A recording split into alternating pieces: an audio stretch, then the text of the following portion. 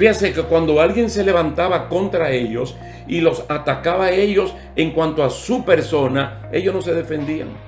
Pero cuando tenía que ver con la doctrina de Dios, entonces ellos se volvían leones y hacían defensa.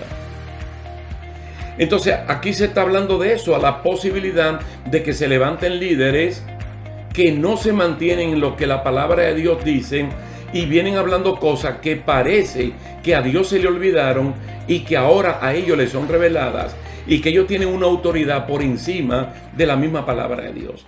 Mire, hay que abrir.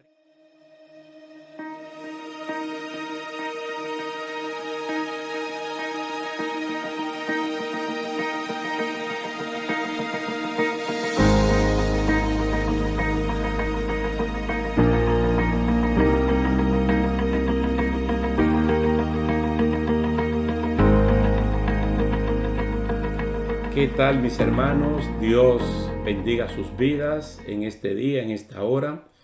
Damos gracias a Dios por esta oportunidad que nos brinda para continuar esta enseñanza súper importante acerca de la apostasía. En el día de hoy vamos a hablar de la iglesia de Pérgamo, una iglesia buena, pero con gente mala, muy parecida a la iglesia de Tiatira, que ambas eran congregaciones modelos en la región de Asia Menor, en la Turquía moderna, pero la preocupación que tuvo Pablo en Hechos capítulo 20 y la preocupación de Judas en esa cartita que él envió, aquí ya lo vemos consumado, desafortunadamente. Vamos a leer en Apocalipsis capítulo 2 del 12 al 17. Apocalipsis capítulo 2 del 12 al 17. Ustedes saben que hay 7 cartas escritas a 7 iglesias de Asia Menor. No es que habían 7 iglesias, habían más, pero Dios decidió escribir estas cartas a iglesias que al momento pueden representar, radiografiar la situación global de la iglesia de Jesucristo en todo el mundo. Entonces vamos a ver la misma dinámica que se usa con las otras iglesias. Así comienza esta carta. Escribe al ángel de la iglesia en Pérgamo. El que tiene la espada aguda de 2 filos dice esto: yo conozco tus obras y dónde habitas, donde está el trono de Satanás. Pero retienes mi nombre y no has negado mi fe, ni aun en los días en que Antipas, mi testigo fiel, fue muerto entre vosotros, donde habita Satanás.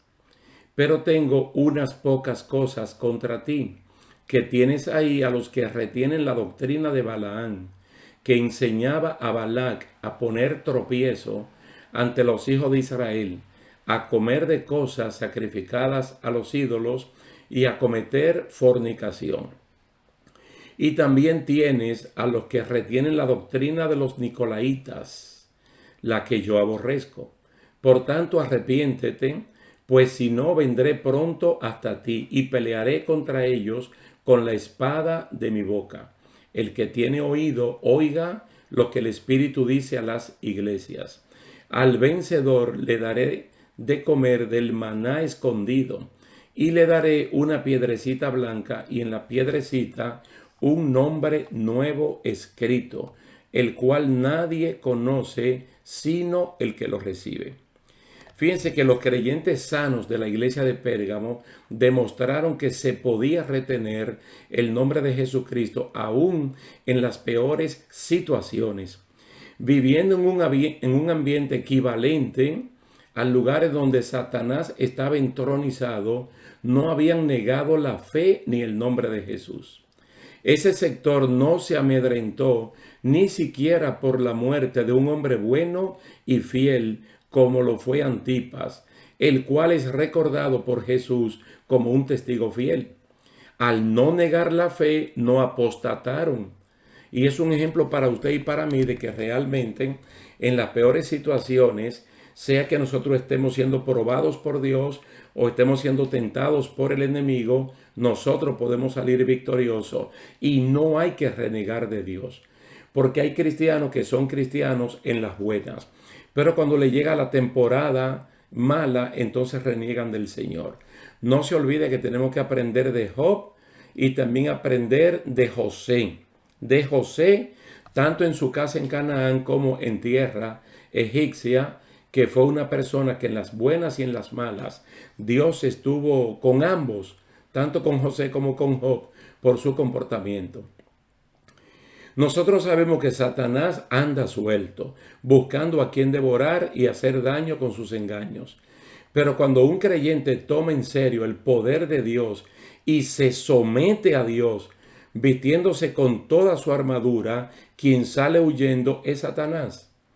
En Santiago capítulo 4, versículo 7, tiene una fórmula que funciona de cómo uno puede ver al diablo huyendo. Y es cuando el cristiano se somete a Dios.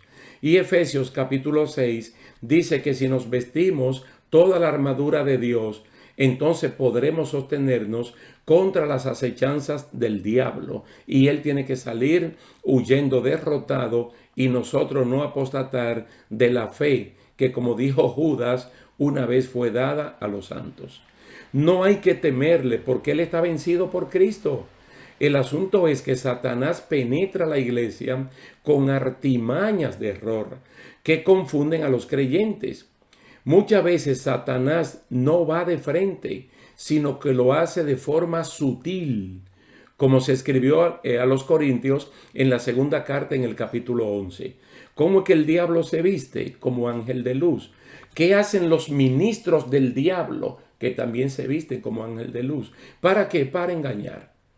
Aquí en la iglesia de Pérgamo logró de alguna manera introducir y poner en práctica la antigua doctrina o la estrategia de Balaán, quien no pudiendo de forma oral maldecir al pueblo de Dios ni hablar nada malo de ellos, procedió por otra vía para hacer caer al pueblo en pecado. Este Balaán, un falso profeta, propuso como forma de hacer tropezar a los hijos de Israel fomentar la fornicación, la promoción, aceptación del amor libre entre las personas sin ningún tipo de compromisos y comer alimentos previamente sacrificados a los ídolos. Números capítulo 25, tome nota, Números capítulo 25 relata el triste episodio en que el pueblo de Israel se lanzó ávido a la práctica de la fornicación con las hijas, es decir, mujeres de la tierra de Moab, las cuales los arrastraron a la adoración de ídolos y a comer alimentos previamente dedicados a dioses. La consecuencia fue inmediata, una orden divina de ahorcar a todos los príncipes de Israel que habían cometido ese grave pecado. Ustedes lo pueden buscar posteriormente en Números capítulo 25. Dentro de esta congregación de Pérgamo había personas, probablemente líderes, que retenían esa doctrina demoníaca. Y Dios estaba censurando a la iglesia por no haber hecho nada para sacarlas, para sacar a esta persona, estas doctrinas malas. Al ver esta denuncia de parte de Dios, uno se pregunta, al día de hoy uno se pregunta, ¿cómo promovían esta malicia dentro de una iglesia tan buena como Pérgamo, fornicar y comer cosas contaminadas con idolatría y seguir siendo cristianos? Seguir diciendo que ellos son cristianos con este pésimo testimonio de hacer como una simbiosis, amalgamar o ligar la doctrina del cristianismo, que es limpia, que es pura, que es santa, que es eficaz, con la doctrina de Balaán. Y lo mismo pasó en Tiatira, ustedes lo pueden leer también aquí en el libro de Apocalipsis. Ya no fue con Balaán, pero fue con la doctrina de Jezabel. Exactamente lo mismo. Ahora, ¿cómo? ¿Cómo lo lograron en Pérgamo? Entrando de forma encubierta, como lo dijo Judas en su pequeña carta. Es decir, no lo hacen abiertamente, sino sutilmente, desmontando uno por uno los mandamientos del Señor y colocando en su lugar los mandamientos y tradiciones de los hombres, diciendo que la Biblia no se puede tomar de manera literal o que tal o cual pasaje de la Biblia ya se cumplió en otro contexto y que ahora no tiene ninguna validez. El mismo Jesús dijo a los fariseos que ellos invalidaban los mandamientos de Dios por la activación impuesta en práctica de los mandamientos de los hombres. No olvide que nosotros estamos anclados en Primera de Timoteo capítulo 4 versículo 1 en adelante, donde el Espíritu Santo dice que en los postreros días van a venir personas negando, apostatando de la fe. Y te va a decir por qué, mire, por hipócritas y mentirosos que usan ¿qué? Doctrina de demonios. Y esto no es una doctrina de demonios fomentada por un sinvergüenza en el Antiguo Testamento llamado Balaam. Entonces en Pérgamo lentamente sacaron a Dios del corazón del pueblo y colocaron sus ordenanzas, convirtiendo a un sector de la iglesia en esclavo de sus apetitos carnales. Crearon un sistema legal que protegiera a la Biblia de ser violada. Si la gente obedecía a sus leyes, podían obedecer a las de Dios. Y si violaban las leyes humanas, ellos lo juzgaban sin perjuicio de las leyes de Dios. Es decir, era como una especie de sancocho, de mezcla, de sistema de doctrina, donde ellos dejaban colar las cosas que venían siendo apetitos de la carne. La santificación del pueblo de Dios nos aparta de cualquier tipo de relación con los ídolos. Para el pueblo de Dios solamente Dios es digno de adoración y de alabanza. Hay un solo Dios manifestado en 3 personas. Y a Dios como nuestro Señor nosotros tenemos que amarle con el corazón, con la mente, con la fuerza y con toda nuestra intención. Y a más nadie. Ni en el cielo, ni en la tierra, ni debajo de la tierra. Nadie merecedor de alabanza por bueno que haya sido. Entonces la iglesia había recuperado lo que Israel había perdido. Una sana relación con Dios en la que primaba la reverencia y el reconocimiento de que Dios solamente debe ser adorado. Pero esta gente logró infiltrar la iglesia de Pérgamo. Logró infiltrar la iglesia de Tiatira. Que cuando usted ve la característica de ambas, especialmente la de Tiatira, se convierte en la iglesia modelo en cuanto a las cosas que el Señor les reconoce. Pero desafortunadamente, todo lo que Pablo previó en Hechos capítulo 20 y lo de Judas capítulo único, aquí lo vemos ya implantado, tanto en Tiatira como en Pérgamo, iglesia buena, pero con algunas personas malas. Entonces vemos que una buena congregación como Pérgamo se promovía la fornicación, se promovía el comer comida contaminada y la doctrina de los nicolaitas. Entre ellos había una lucha de poder, porque los nicolaitas, eso es lo que andan buscando, los primeros lugares, no para ellos liderar, sino para ellos dirigir, que no es exactamente lo mismo. Entonces este afán por ocupar el primer lugar minaba la base de la iglesia. Quizá por esta última causa fue que murió Antipas, el testigo fiel, defendiendo la fe de Jesucristo y promoviendo la unidad del cuerpo de Cristo, como lo hizo Pablo en la primera carta a los Corintios, cuando encontró que la iglesia estaba dividida en 4 partes, que de Apolos, que de Pedro, que de Pablo y que de Cristo. Y él dijo, ¿está Cristo dividido? No está dividido. Por lo tanto, nadie puede ser de Apolos, nadie puede ser de Pedro, nadie de Pablo, sino que todos somos de aquel que murió por nosotros y pagó un precio que nadie lo puede pagar. Este sector, los nicolaitas, son mencionados tanto aquí en la carta a Pérgamo como en la carta a Éfeso, pero no son definidos por lo que ellos hacen. Lo que sí sabemos es que Dios lo aborrece, por lo tanto no eran buenos. Y en Pérgamo eran tenidos en alta estima. Mire qué cosa. Un sector de la iglesia que estima lo que Dios aborrece. ¿A dónde puede llegar un cristiano practicando las cosas que Dios aborrece? Proverbios capítulo 6 dice todo lo que Dios aborrece. Y habla de 7 cosas. Entonces lo que Dios aborrece usted no lo puede amar. Tiene que desecharlo. Probablemente la etimología, el origen de la palabra de los nicolaitas, es lo que nos hace pensar en que son los eternos aspirantes a las primeras posiciones dentro de la iglesia. Aquellos que hacen algo, dije, para que el capitán lo vea, para que lo tomen en cuenta y le den un puesto. No por el liderazgo definido por el servicio, sino porque quieren un puesto para controlar. siempre quieren los primeros lugares, siempre quieren sacar ventaja de la gente y por consiguiente no se pueden dirigir por la palabra de Dios, sino por ellos mismos. Yo le invito para que lea posteriormente lo que Pablo dice en Romanos 16, 17 y 18. Se pueden correr varios riesgos cuando esta gente se activa dentro de la iglesia local. Por una parte, se puede apagar el espíritu por tanta desfachatez y malos testimonios, y por otro lado se puede falsificar la unción y la oración. Oiga, que he mencionado dos cosas muy importantes. Porque de qué otra manera uno lo puede entender que un sector de la iglesia de Pérgamo diga que son cristianos, pero que al mismo tiempo sean fornicarios y que también tengan conexión con el mundo. Porque la idolatría es una falsa adoración, adorando cosas que no es Dios o adorando las criaturas en vez del Creador. Entonces, ¿qué hacen? Falsifican la unción y falsifican la oración, como que son ungidos o como que son personas que hablan con Dios. Miren, Éxodo capítulo 30, 22 al 38, anoten. Éxodo capítulo 30, 22 al 38, se nos habla del procedimiento para elaborar el aceite de la santa unción y para elaborar el incienso aromático. Ustedes saben que el aceite de la unción representa al Espíritu Santo y el incienso representa la oración. Entonces se habla de un uso exclusivo que no se podía utilizar para otra cosa.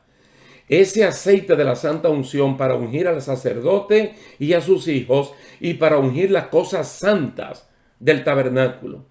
Y el incienso para quemarlo en el altar de oro y que esto se levantara como olor grato delante de Dios. Mire, ambos componentes eran sombra o figura de algo por venir. El Espíritu Santo representado con el aceite y la oración representado, la oración de los santos, como muy bien lo dice el libro de Apocalipsis, representado con el incienso. Venían a ser elementos distintivos de la comunidad de creyentes. ¿Qué hace un cristiano genuino, un cristiano verdadero, que habla con Dios en oración? Habla con Dios. ¿Y qué hace un cristiano genuino que todos los días busca ser lleno del Espíritu Santo? Entonces, cuando una persona es llena del Espíritu Santo, su forma de hablar es de acuerdo a la palabra. Es de acuerdo a la palabra. Los llenos del Espíritu Santo no hablan de acuerdo a los que están llenos de alcohol, por ejemplo, sino que hablan de acuerdo a la palabra de Dios. Entonces, mire, ambas cosas podían ser imitadas por los engañadores para hacer ver a los demás que eran gente de oración y con poder de Dios. Parte de la estrategia del que entra con intenciones de engañar es presentar una vida, entre comillas, de supuesta entera consagración en la oración y en la búsqueda del Espíritu Santo. Pero mira, no hay que tener mucho discernimiento para uno darse cuenta inmediatamente, porque no es por lo que esta gente dicen, es su comportamiento. En el tiempo en que Dios manda elaborar el aceite de la santa unción y el incienso, se deja bien claro que sobre carne de hombre no será derramado, ni haréis otro semejante conforme a su composición. Santo es y por santo lo tendréis vosotros. Cualquiera que compusiere un ungüento semejante y que pusiere de él sobre extraño será cortado de su pueblo, será aniquilado, será muerto. Entonces era un aceite especial ¿para quién? Para la persona llamada. Porque la persona llamada tiene una encomienda, pero Dios le delega autoridad. Entonces con la unción la persona puede ejercer. Pero noten ustedes en el libro de los Hechos cómo es que los ungidos actúan. Tenemos siempre, hermano, que buscar puntos de referencias. Puntos de referencia con tus pastores locales y puntos de referencia en la Biblia, para ver el verdadero comportamiento de las personas que son ungidas. Porque la unción es para edificar, es para construir, no es para destruir y no es para que la persona atraiga gente así. Mira, hay una palabra que a veces a la gente se le olvida. O digamos, hay dos episodios. Uno está en Juan 16. Cristo viene hablando de cuando venga el Espíritu Santo lo que va a hacer. Número uno, lo que va a hacer con nosotros los creyentes, consolador. ¿Consolador de qué? De la ausencia física de Jesús. Mientras Cristo está ausente, que está en el cielo, a la diestra del Padre, el Espíritu Santo viene y ocupa ese espacio. Nos consuela hasta el arrebatamiento de la iglesia. Por otra parte, el Espíritu Santo estará tratando de convencer al mundo, es decir, al inconverso, de juicio, de justicia y de pecado. Especialmente de pecado porque no creen. La incredulidad, él está trabajando en esto. Entonces nosotros no podemos imitar lo que no es, porque en Hechos capítulo 1, ¿qué quieren los judíos creyentes? Que el Señor les revele cuándo va a restaurar el reino de Israel. ¿Qué le dice Cristo? No se metan en eso. A ustedes no tiene que importarle eso. Ese es un asunto del Padre. Pero ustedes recibirán poder. ¿Para qué? ¿Para qué recibe la iglesia poder? Para ser testigo. Para ser testigo. En todas las naciones. No es para hacer show con el Espíritu Santo. Y no es para hacer una mezcla simbiótica de que yo puedo ser cristiano y puedo ser mundano. Santiago capítulo 4 lo deja bien claro. Y dice almas adúlteras. ¿Por qué adúlteras? Porque están tratando de lo puro contaminarlo con el mundo. Y el cristiano que se hace amigo del mundo, inmediatamente se declara enemigo de Dios. Y ese sector malo de Pérgamo, en eso era que estaban. Miren, no muchos se atrevieron a desafiar esta disposición, pues en tiempos de la ley se aplicaba con mucha rapidez la pena de los delitos. Gente mala como Jeroboam, el primer rey de las 10 tribus, cuando Israel fue dividido en 10 tribus para el norte y 2 tribus para el sur. Roboam, el hijo de Salomón, con 2 tribus y Jeroboam con 10. Este tipo estructuró un sistema sacerdotal con gente del pueblo que no eran de la tribu de Leví ni de la familia de Aarón. Instituyó fiesta distinta a la que Dios había establecido en Levítico 23 y se propuso quemar incienso en un altar que había mandado a construir. Todo esto lo hizo este rey impío, falsificando el aceite para ungir a los sacerdotes y haciendo un incienso para quemar en su altar. Yo quisiera que ustedes más adelante lean la historia de este sinvergüenza en Primera de Reyes, capítulo 12, 25 al 33. Anoten, Primera de Reyes, capítulo 12, 25 al 33. Mire, para bien o para mal ha habido una multiplicación de ministerios y entidades para eclesiásticas. Hay personas que ya no están bajo el régimen de una denominación que tiene estructura para cuidar la doctrina. Nosotros tenemos que ser, hermanos, dichosos los que pertenecemos a denominaciones que son cristocéntricas, que son denominaciones que en el centro está Cristo, la palabra y la santidad, con una estructura que cuida la doctrina. Porque ahora hay demasiadas iglesias independientes, donde la figura central es el pastor, pero no los artículos de fe, no la doctrina de esa iglesia. No se sabe, sino que brilla esta figura y son figuras atrayentes. Pero al fin y al cabo uno no conoce el meollo de esa congregación independiente y hay que tener mucho cuidado con eso. Porque a veces hay una falsificación de la unción y hay una falsificación de la oración. Usted ve, en el caso moderno, en el tiempo que nosotros estamos hablando, o vamos a decir en la modernidad tardía, en lo que le llaman ahora la posmodernidad, apóstoles que no encajan con la definición de un apóstol de la Biblia. Profetas, evangelistas, pastores que no encajan. Y nadie puede venir a decir, no, que los tiempos, no es que la palabra de Dios no pasa. La palabra de Dios tiene vigencia.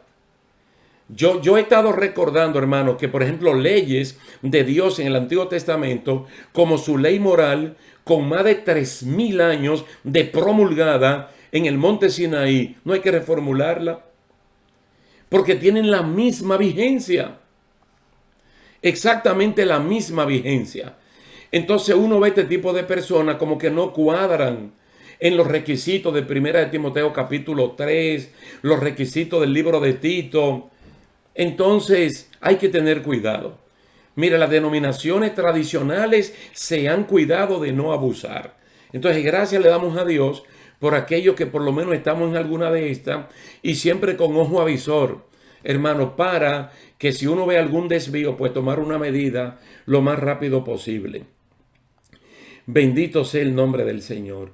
Siempre nosotros hablamos de que en el Nuevo Testamento, por mencionar un tiempo, las personas que se movían de un lugar a otro se les pedían carta de recomendación, carta de referencia. Usted lo puede ver, Pablo le habló a Apolo para que vaya a Éfeso, o estando en Éfeso le habló para que vaya a Corinto.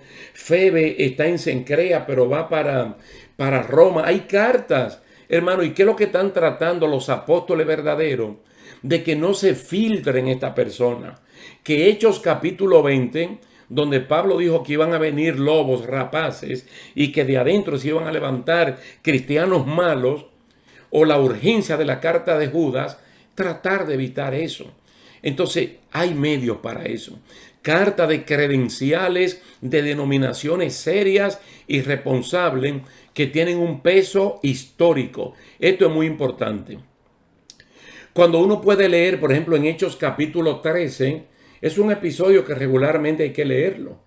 En Hechos capítulo 13 hay una bellísima imagen de lo que es una iglesia local con líderes sujetos al Espíritu Santo, apóstoles y maestros bíblicos.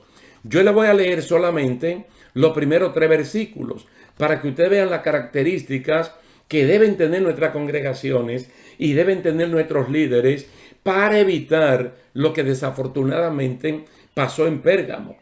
Pero resaltando que el sector bueno de Pérgamo no apostató, no negó ni el nombre ni la fe de Jesucristo. Mire Hechos 13, 1 al 3. Había entonces en la iglesia que estaba en Antioquía profetas y maestros. Oiga bien, profetas y maestros. Bernabé, Simón el que se llamaba Níger, Lucio de Cirene, Manaén, el que se había criado junto con Herodes, el tetrarca, y Saulo. Mira la palabra que siguen. Ministrando estos al Señor y ayunando, dijo el Espíritu Santo.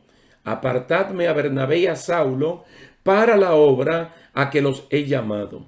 Entonces, habiendo ayunado y orado, les impusieron las manos y los despidieron. Usted ve características de verdaderos líderes de la obra del Señor, líderes locales. ¿Qué ellos están haciendo? Ayunando, orando, leyendo la palabra, ministrando. En un ambiente así, el Espíritu Santo puede hablar sin dejar dudas de que es Él que está hablando.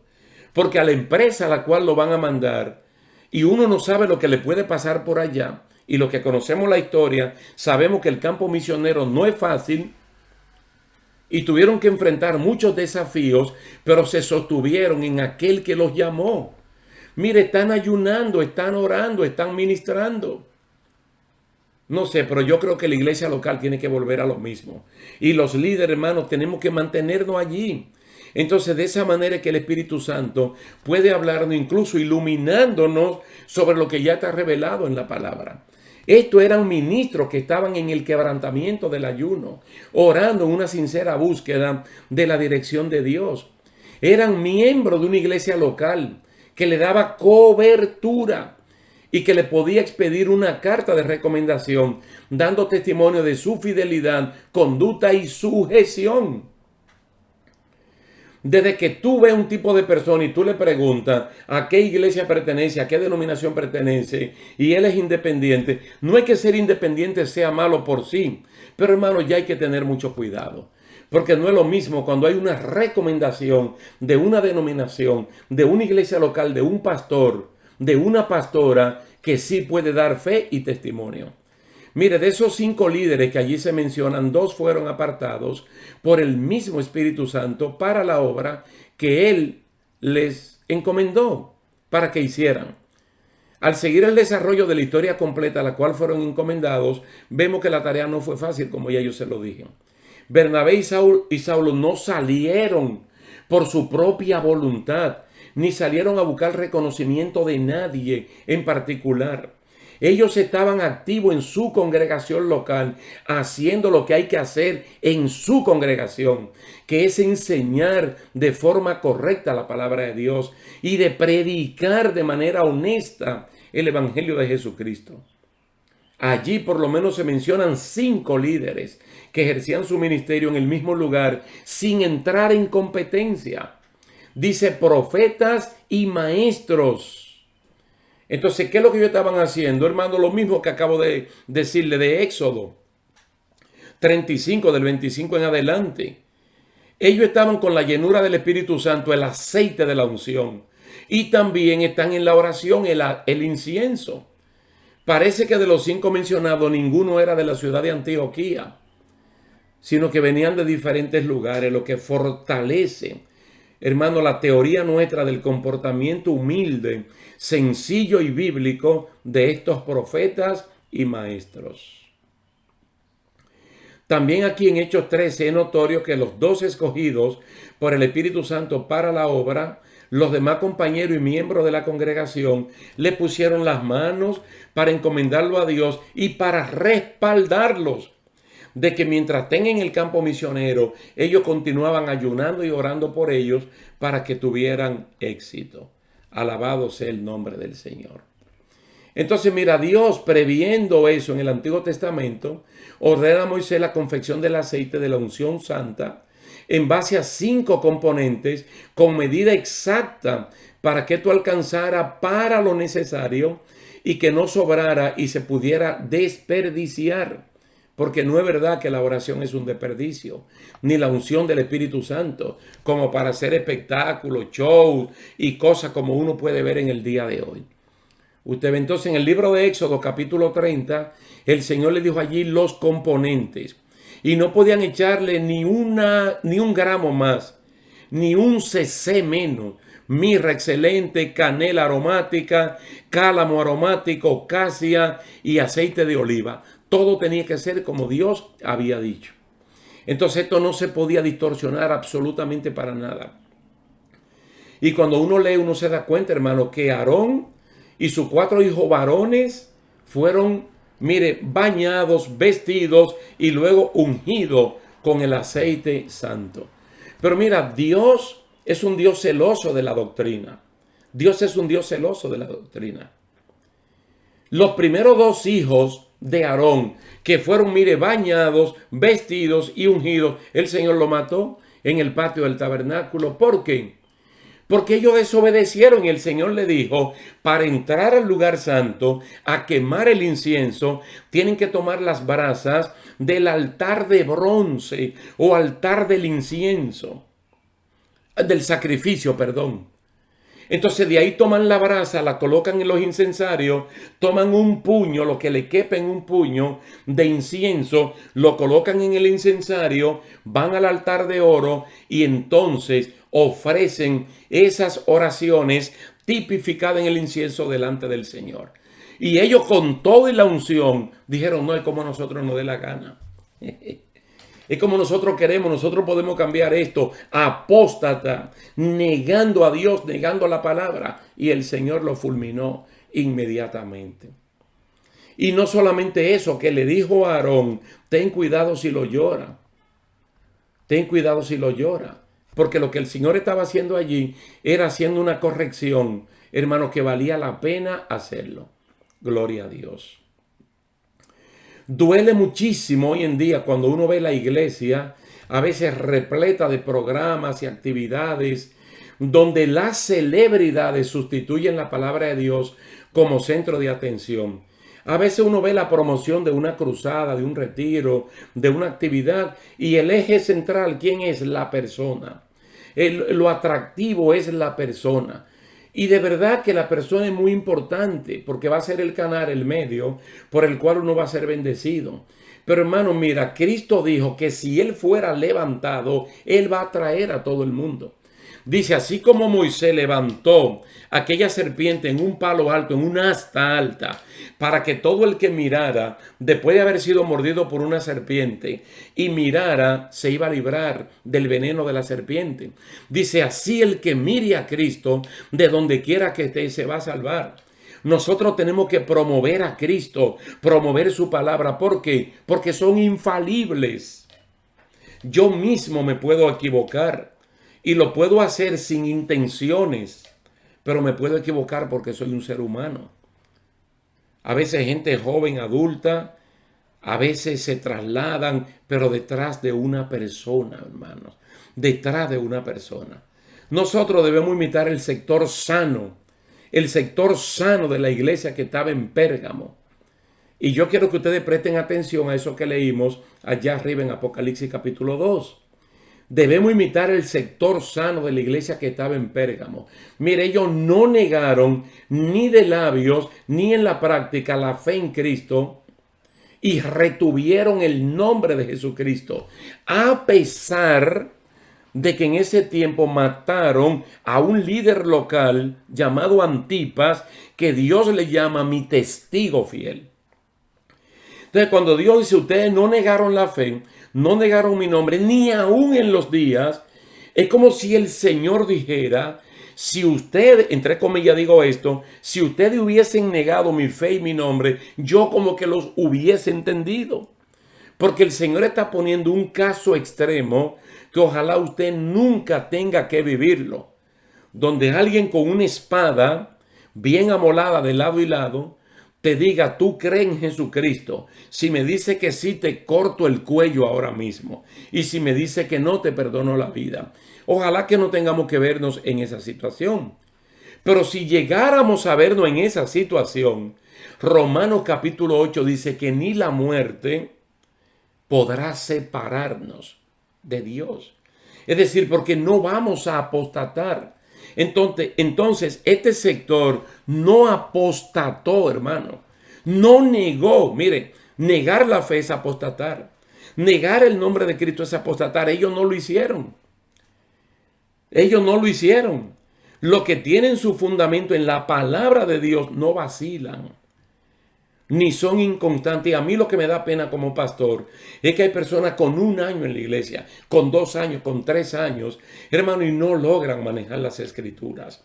Enseñanza van, enseñanza vienen. Mensaje van y mensaje vienen. Le entra por aquí, le sale por aquí y no le queda nada. Y no le queda nada. Porque ellos no leen la Biblia, no la manejan.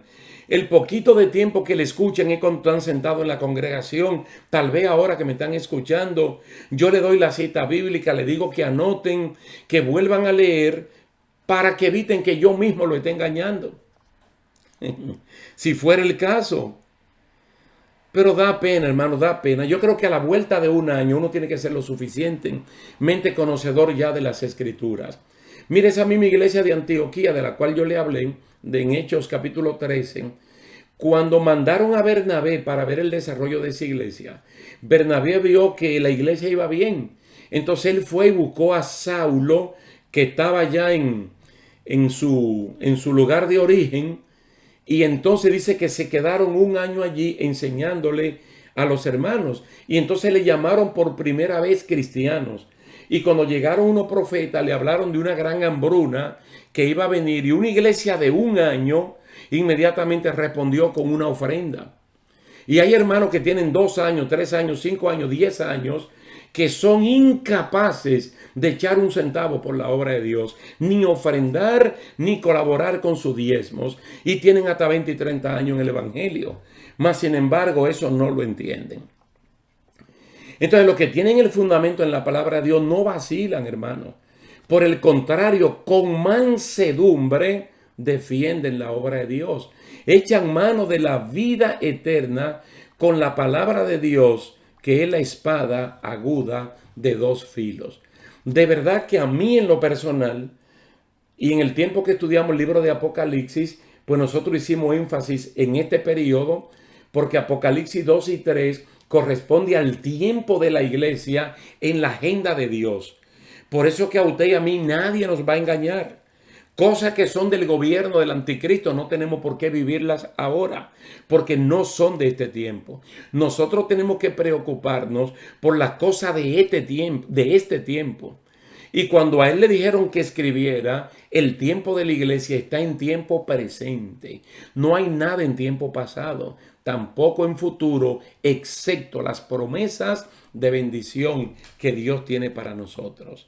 Ojalá que algún pastor, alguna pastora que nos esté escuchando, de verdad sigamos el sano consejo de Proverbio de cuidar el rebaño que Dios nos ha dado. Y ojalá que ninguna doctrina de hipócrita, de demonios, pueda infiltrar la iglesia. Y que oremos siempre porque nuestra visión no es tan amplia como la de Dios y que el Señor pueda cuidarnos. Vamos a dejarlo hasta aquí, mis hermanos, dándole gracias a Dios y muchas gracias a ustedes por la atención prestada y ojalá podamos vernos la próxima semana. Dios le bendiga y hasta la próxima. Los creyentes cristianos como Job podemos sufrir haciendo el bien y eso no significa que estamos en pecado ni que el diablo se está enseñoreando sobre nosotros. La pérdida del empleo, la pérdida de la salud no son elementos de maldición en la vida de un cristiano, sino momentos leves de tribulación pasajera que producen en nosotros un cada vez mayor peso de gloria en Cristo Jesús. Son momentos de prueba, temporadas, tiempos.